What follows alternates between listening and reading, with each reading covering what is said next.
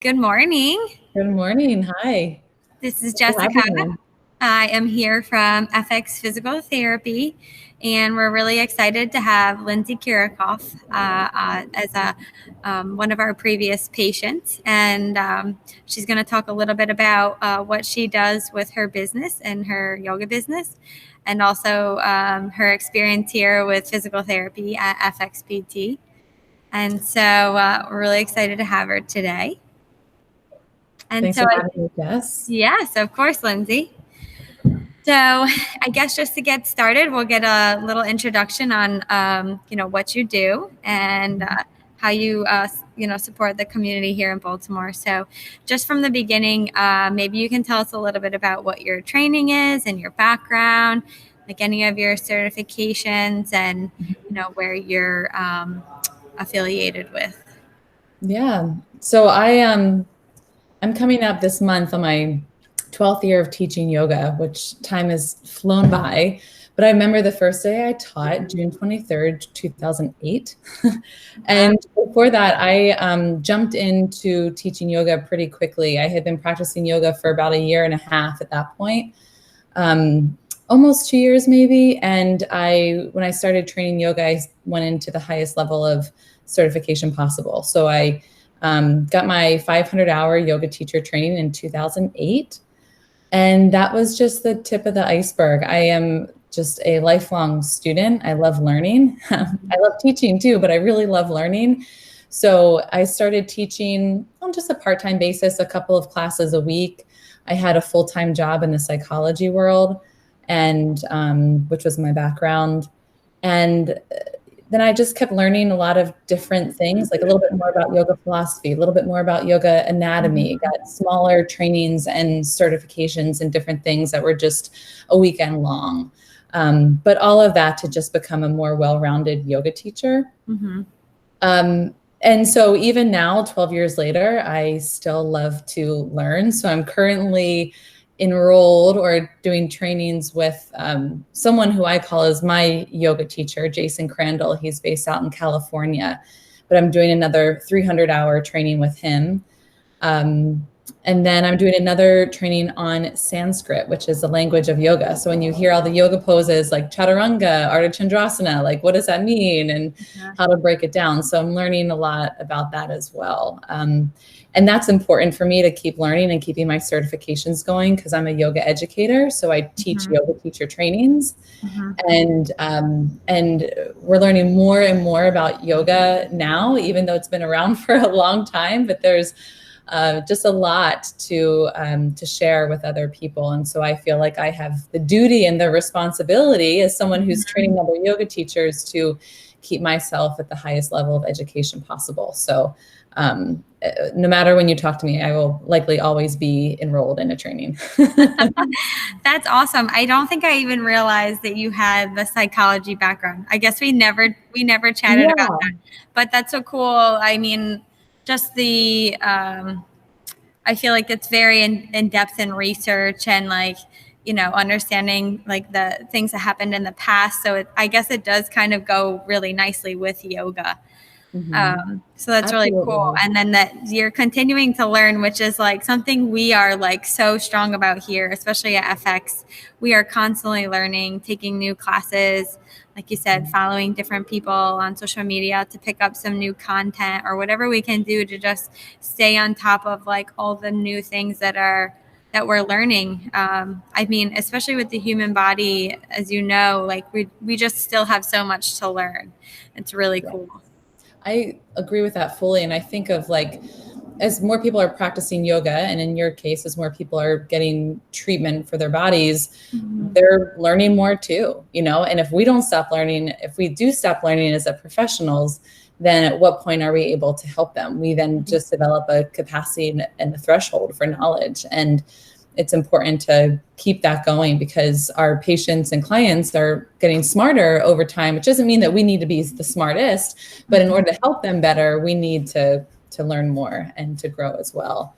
So I totally agree. And my psychology, my background with that is why I got into yoga in the first place, that I kind of found yoga through learning about psychology. And I was also an athlete at Towson. So I was in a Division I sport when I started to do yoga too. And so the psychology part of yoga was really interesting to me. And at the same time, I couldn't touch my toes at 21. So I needed to do something about that. So it's funny that you said that, because one of Hillary, who works here, she said, oh, fun fact about Lindsay.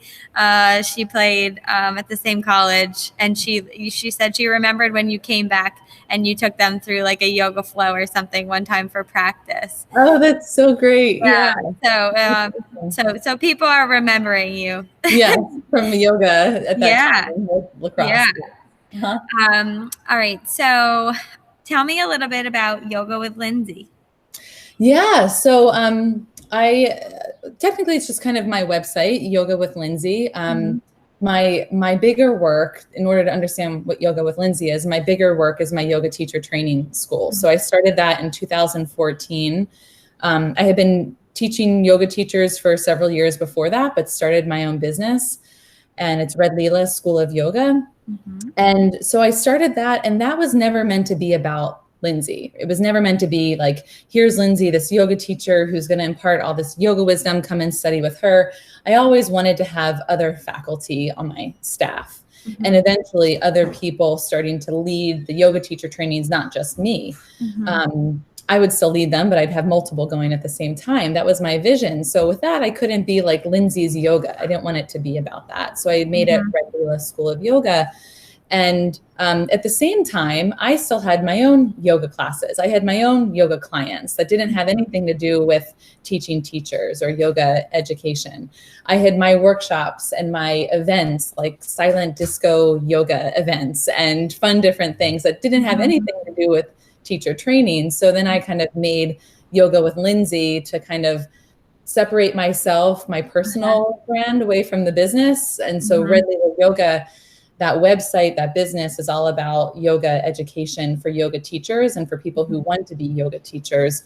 Whereas my other work, separate from teaching yoga, is then with Yoga with Lindsay. Yeah, that's awesome. Very beautiful. So what's your favorite part of having your own business? Yeah, that's an interesting question. And I talk about that with my husband, because he has his own business too. I've thought about this throughout the years, that when I started my own business, when I started my yoga teacher training school, honestly, this might sound pretty egotistical, but I had a curriculum and I had a method of leading a teacher training, and I wanted to do it that way. And I thought that way was a really good way of doing it. And I don't mean that to be like no other way is good, but you develop a methodology for things over the years. And it's why Jared started FX versus working for someone else, right? Is that you kind of just, I'm sure it's other reasons that he started it too, but you kind of have your vision that you adopt after working in the field for a while. So I talked to a couple people about working for them in their teacher training schools, but just the visions weren't aligning. And so I started my own business for that reason, of just kind of having a vision that I wanted to keep going forward. I also really didn't want a brick and mortar. I had operated a yoga studio for 5 years before that. And it's just a lot. And especially right now in this economy with the coronavirus, like I'm really fortunate that I don't have a brick and mortar. My heart goes out to all the studios that are challenged with that at the moment, and the businesses. So those were kind of the two main reasons to start a yoga teacher training school. And therefore I collaborated with the community to offer my workshops and trainings at other places that had the space. They just didn't have that type of programming there yet. So I would bring the programming in, and that was cool to have the community connections. But right now, go ahead. You. No, I was going to say, and I think, speaking of the community connections, I think I love that you still are teaching like at the ground level too, with YogaWorks, and I think you said Coppermine and maybe some others, but like not only are you, doing the trainings and have your own business, but like you haven't gotten away from like that ground level where like you still get to kind of feel and see what's actually going on in the studio and in the classrooms, and stay at that like baseline level, where sometimes as we move up in business opportunities, we can tend to get away from that. but I feel like it's really important to be able to stay in that little spot, even if it's just a little bit. Yeah, absolutely. And it's so important for me to keep teaching yoga if I want to be able to teach other people how to do that too. I can't just stop and focus on teaching teachers, because then I'm going to get away from what I'm trying to help people to do and to become better at. So every week, teacher training isn't every week. It's kind of in like semesters, like the fall time or then the springtime or the summer. But every week I have my weekly yoga classes that I right now teach through YogaWorks and Coppermine and at Sanctuary Bodyworks. And I also have my weekly private yoga clients too, that I go to their house or they come to me a couple times a week. So I still am, like you're saying, like on the ground and in the yoga, which is important, even while still doing the work at the higher level of education with the teachers. Yeah. Yeah, because that's probably still fulfilling to you. I mean, the clients are really where you started. And so I think it happens so frequently in healthcare and business. We get away from the client, and that sometimes that interaction is really where our like purpose and our meaning comes from. So it gives you a nice balance in your business. So I know you've been busy during quarantine. You've had a lot of things going on. Yeah, from day one, it was just kind of adapt and adjust, and just think of, all right, well, what's going on? And if you remember back, it was just supposed to be 2 weeks. No one really thought it'd be 2 weeks if we really kind of learned from what we know about viruses and community spread and everything. So I didn't think it'd really be for 2 weeks, but the initial plan was for 2. So in quarantine, professionally, I've adapted to go all virtual. So I took my online classes to be virtual with recorded ones and live ones. And then I've had most of my clients go virtual. Just starting to see them now on their back patios and outside and different places. And then I started to do some online courses virtually too for yoga. So I'm really fortunate that I wasn't in a teacher training while quarantine happened. So I didn't have to adjust all that curriculum and try to figure that out really fast. So I'm really fortunate that my next training starts in the fall. So I've had time to be able to adjust and plan for potentially being 100% virtual. Yeah, that's so wonderful. So I know you said that you have in the past had to do a little bit of physical therapy here and there. Maybe you can share some light on how physical therapy has helped you and your practice, and what you've mentioned, like even just carrying it over in your work, and your experience with FX. Yeah, so my initial introduction to PT, I'll say PT as a yogi, because really, if I think back to like the PT that I got, I've been going to PT since middle school because I was a 3-sport athlete in high school, 6-sport athlete before that. And, all the injuries that I had in college too. So I have a lot of history of sitting on a table and someone doing work on me and sitting in ice baths and doing my exercises. But, when I got into yoga, really got into yoga like 2007 before I started to teach. I honestly just from like 2009 to 2014, like I only did yoga. Like I stopped running. I stopped lifting weights. And part of that was just because I was so busy. I was in the psychology field. I was full-time yoga also. And it was just 2 full-time jobs at once. And it, at that point, it's just hard to do anything else. But, I was also being told and hearing like, you'll be better at yoga or a better teacher by doing yoga all the time, like twice a day, and that's it. So I immersed myself in that. And honestly, I got better at yoga, but it wasn't sustainable to do, just to always be lengthening and stretching. And there's some strengthening, like when you hold a chair pose, but that's not all the strengthening that your glutes need or that your quads need. That's just like only doing a wall sit to strengthen your body. Like that's not it. And so I remember this distinct moment where I was riding my bike. I hadn't ridden a bike in a couple of years, and I was riding my bike up like just a generally like easy hill that's in Towson, and I couldn't make it up this hill. That's just like nothing crazy, just a steady hill. My quads were not participating. My legs were not in it. And I was like, wow, I've lost my strength. So eventually in 2014, I started like going back to the gym, noticeable difference. I would even go to yoga and I'd be like, oh my God, I feel what everyone else feels. I feel tight, you know, and I haven't felt tight in forever. But at the same time, I had, just from doing my yoga practice, developing injuries in my shoulders. I was pushing my body hard without the right support, without the right stability. My lower back, I started to get pain. And then eventually those two things, my shoulder and my back, just became an injury. And I couldn't lift my arms up to take my shirt off. I couldn't bend over to put my socks on because of my back. So these things started happening, and I, you know, was like, oh, but if I just stretch it more, then it'll get better, right? But obviously not. So then I was like, okay, I have these injuries. Now let me just stretch. And a year later, they only got worse. So then I was like, let's go to PT. And I went to PT, and I learned pretty much that stretching those two things is one of the worst things that I could be doing for it. But I really needed to strengthen supporting muscles of those joints and have more stability. I was doing a lot of core work in yoga, but I wasn't doing the right core work. So I also learned that by going to PT, that it wasn't just strengthening certain things, but it was strengthening them in kind of the right way and the best way for my body and what was going on. So I had done some PT for a while. My body got, you know, to be pretty good and manageable. And I met Jared at FX. I met Jared just through like a networking opportunity.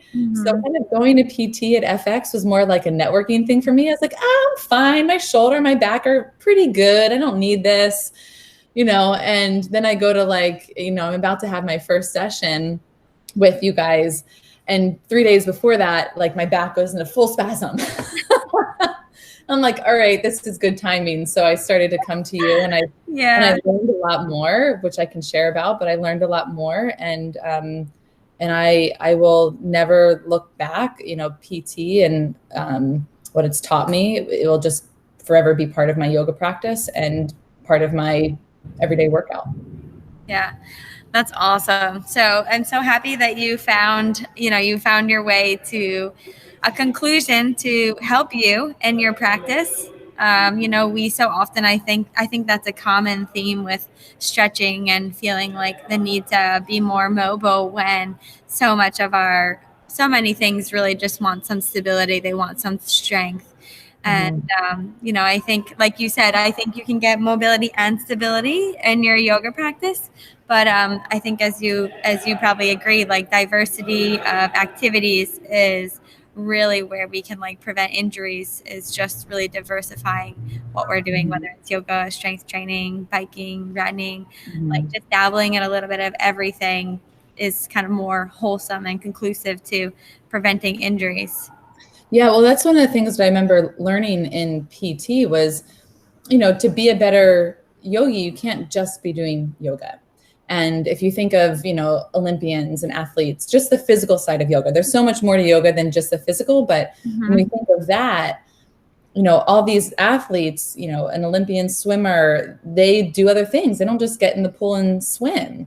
You know, they do yoga, they do strength training, they might run and do other cardio stuff rather than just being in the pool. And so that shed that was a light bulb type of a moment, and likely because that spoke to me as an athlete, that yoga is important to have cross training with that I can only be better at this by doing other things as well that are in support of my yoga practice. So for me, you know, one of the things is doing strength training, especially for the areas of my body, especially my back, that I have to keep up with that to have my back feel healthy and good. But in order to have a yoga practice that's sustainable, that I can be doing for the rest of my life, I have to be doing like cross training for yoga. You know, I always would just kind of practice with like the idea of like getting better at something in the now and in the then, in that moment. However, if I want to be doing this for a long time, which I do, I've got to be doing other things to support myself. And especially, right now I'm only 34, but when I turned 30, I could feel a difference. Honestly, in my recovery, you don't recover as well, and you've got to take care of yourself. And even though people use yoga for recovery, I have to use other things for recovery as well, because yoga is my main thing. So it's it goes hand in hand. I'm glad I'm not the only one that turned 30 and felt that something was a little bit different. What is that about? It's so weird. So I think it's so great because you've really learned so much with PT too. But I feel like, do you feel like that helps you now? Like if a client comes to you with injuries, how do you train around that? Yeah. Well, PT for me, like you were saying, obviously it's a modality of healing and treatment. And at the same time, it's been a whole academic curriculum for me. As a yoga teacher, I'm like, wow, that's interesting. All right. So Jess, that's my psoas. Where does that connect to again? And, tell me more. And so I kind of always use the opportunity to pick your brain so that I can keep learning, not just for myself, but for other people as well. So I can become a better teacher of yoga. So for my clients, I think it's two things. One is that it can be hard to help people as a yoga teacher when you're teaching just the group classes. To have 30 people at once, you can't really support the individual practice or the individual development as much as you can when you're one-on-one. So with my one-on-one clients, I feel like I'm able to give a little bit more of my knowledge of what I've learned to them. And in my teacher trainings, because that's 200 hours, and it's a long time to share things. But I think that the biggest takeaway is that through my learning of PT, I have more understanding of anatomy and the language that you guys use. So if my client has an injury, I can communicate to that professional better. Or I can ask my client to ask these questions and then to tell me this so that I can help my client better. So it's not that I'm taking what you do with me, Jess, to yoga and saying, all right, guys, I learned this, so you do this. I can't do that. I'm a yoga teacher. I'm not a PT. I can't cross that scope of practice. And if I do, then I'm going the wrong direction. So I have to keep everything that I'm learning in the scope and the practice of as a yoga teacher. So, okay, client, you have, your quad, something's going on with your quad, and your PT or your doctor says that you need to stretch your quad and your hip flexors. Great. I can help you with that in yoga in these ways. But I can't go to my client and say oh, this hurts. Let me do this, this, and this, and see what the diagnosis might be or whatever. That's just not what I can do. So I think for me with PT, I know the language better of what you guys are talking about, so I can understand better what my clients are trying to communicate to me from their doctors, from their people that they're seeing. Yeah.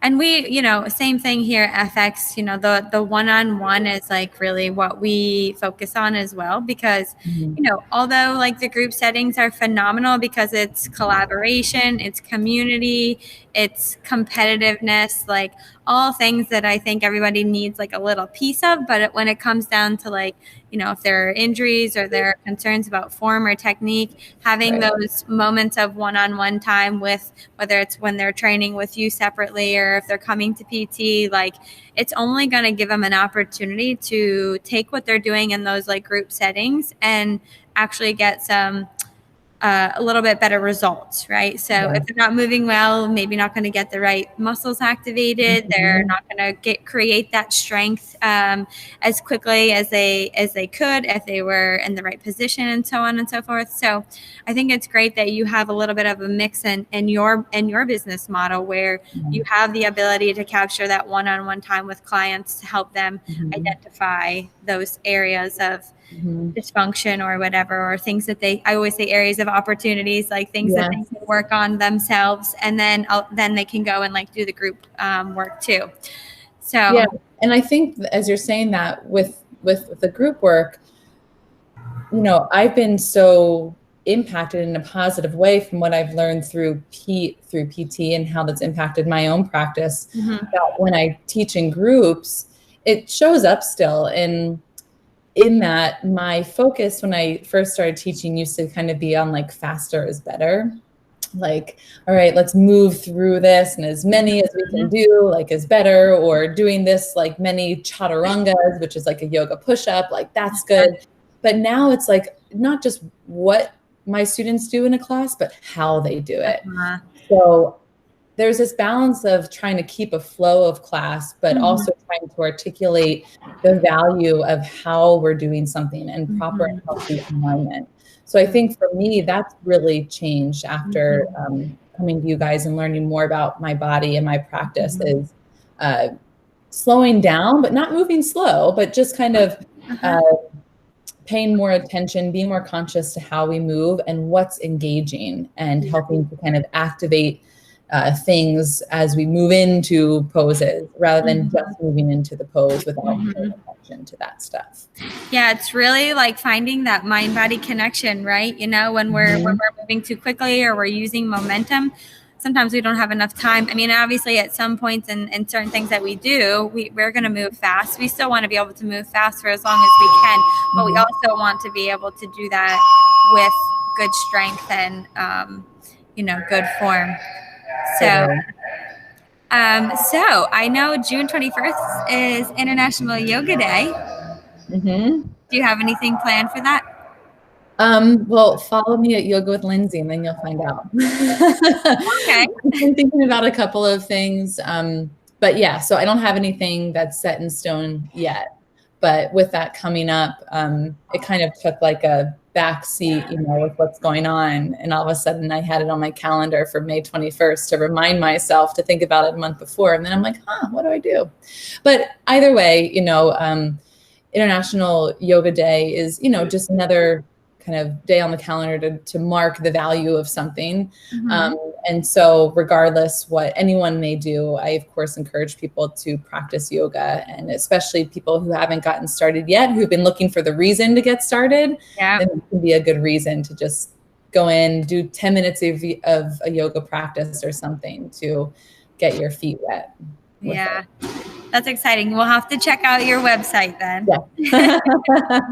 So I feel like too, do you feel like now that, like if one of your clients came to class and they had, something going on, or they had an injury, or they didn't want to participate because they had an injury, do you feel more comfortable about redirecting and guiding them? And, because I feel like it affects, like, we really try not to take anyone out of anything, because the activities that people participate in and have the discipline in are so crucial to their like overall well-being, and both, physically and mentally, that, we try not to ever just be like, okay, don't do this. Do you feel like you've gotten more comfortable with kind of addressing some of those things? Yeah.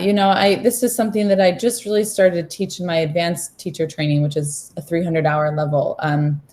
But it's, as we grow as yoga teachers, it doesn't have to be like, oh, you can't do this, then do this completely different thing other than that. So for example, I don't know if you know, but a yoga pose, like a half pigeon pose, where you have your one leg forward and one leg back. So in half pigeon, there are some people who say, oh, this hurts my knee, or this hurts my hip. And usually at an entry level yoga teacher will say, all right, come out of that completely and do this other thing. Versus now I have more of an understanding to say, like, all right, where are you feeling this? Right. And then, have you felt it before, or is this an ongoing thing? Just trying to hear more. And then like knowing other ways to be able to move the body and help, so that they still get the benefit of that stretch, rather than saying, all right, come in a child's pose, which is completely different than a half pigeon stretch. So kind of having other ways that it's not just typical modifications. Like when you usually look up or open up a yoga book, it's like, here's this pose and here's modification 1, 2, 3. I feel like I have modification like 16, 17, and 18 now, because it's just learning more about how the body operates, that I've been more comfortable to know when is there like a red flag, and when do we have some room to work with this just a little bit.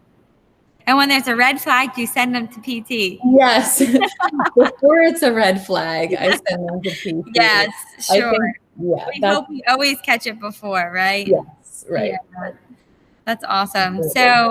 So what, obviously this has been quite a time period, and, you know, like you said, you've done really well with working through the quarantine and continuing to better yourself and to be there for your students and your clients. What are you looking most forward to? Oh man, that's a great question. Well, this coming week, I'm going to see my parents. It's number one, just a personal note. I haven't seen them since January, and it's now the beginning of June. So that's really lovely. And they don't live very far, so it's really nice to see them. You know, and just going forward, I mean, this is aside from quarantine, but just make me think of our conversation is that, you know, I'm really looking forward to yoga as a profession, but also as a practice, to becoming less about, I know this is so non-yoga to say, but less about the now of what we're doing and more about the how and the sustainability of our practice. You know, rather than just practicing for like, oh, I want to do this practice this way and I want to do this pose, but thinking about, you know, how can one tailor their yoga practice or their yoga profession to be sustainable and long lasting? And so all that to say, whether or not that made sense, is just that I look forward to yoga being in collaboration with other modalities of healing that aren't just energetic based type of healing, or which I think are really important, but also to work with our sports medicine people and physical therapists, and to have that community that's kind of working together and we can learn from each other. Because I know even me going to PT, like there's yoga questions that come to me and there's questions that go back and forth, and we're all growing and learning, and yoga is relatively new on the physical side and hasn't had a lot of research and study, but a lot of stuff in physical therapy has. So I think I'm just looking forward to this cross collaboration happening more, so that we can have a more holistic yoga practice that uses the resources around us to understand how we can be doing better, how we can grow and thrive. Yeah, I think that's wonderful. I think collaboration is absolutely, I mean, just, it's so good for us, right? You know, just trying to do everything by yourself can be so challenging, but when we work together, like the ideas come in and, you know, we start to kind of feed off of one another. And at the end of the day, it's really about the client, right? It's about just giving them the best experience that we can with the up-to-date and, you know, most innovative knowledge that we have, and constantly bettering ourselves. Like you said, you know, they have access to the information now. They have access to everything online. But that doesn't always mean that that's the best resource. And so we have to really, you know, dig into that and make sure that we're getting the best information so that we're able to provide that to our clients. And when we all collaborate together, I feel like that just gives the patient the idea, or the client the idea, that like, okay, everyone's like in it for me, you know, that we're all here to try to help them achieve whatever their goals may be. And they're all different, you know. Yeah, absolutely. I like that you're excited about that. We are definitely excited about that. We're happy that you're doing better and rocking out your practice as a result of your PT. Yes, absolutely. And even though I have these great exercises from you, which are largely about like strengthening my glutes and core and stretching my psoas, I think I told you this, but when I would come to you, I totally miss of you got into my psoas and like loosened it up in what I told you would be like a magical way, because I would come to you and then for like a week later. Oh my goodness. There's a fire alarm here. So sorry. That's all right. Well, I'm glad there's not a fire if it went off. Yeah, I think it's a fire alarm. But that means we might have to wrap it up here. We might have to run, but thank you for your work with me on my psoas. Yes. It was so awesome to have you, Lindsay. Enjoy your vacation and your time with your family. Thank you. And we'll be seeing you soon. Yeah, appreciate you guys. Yes. Thank you.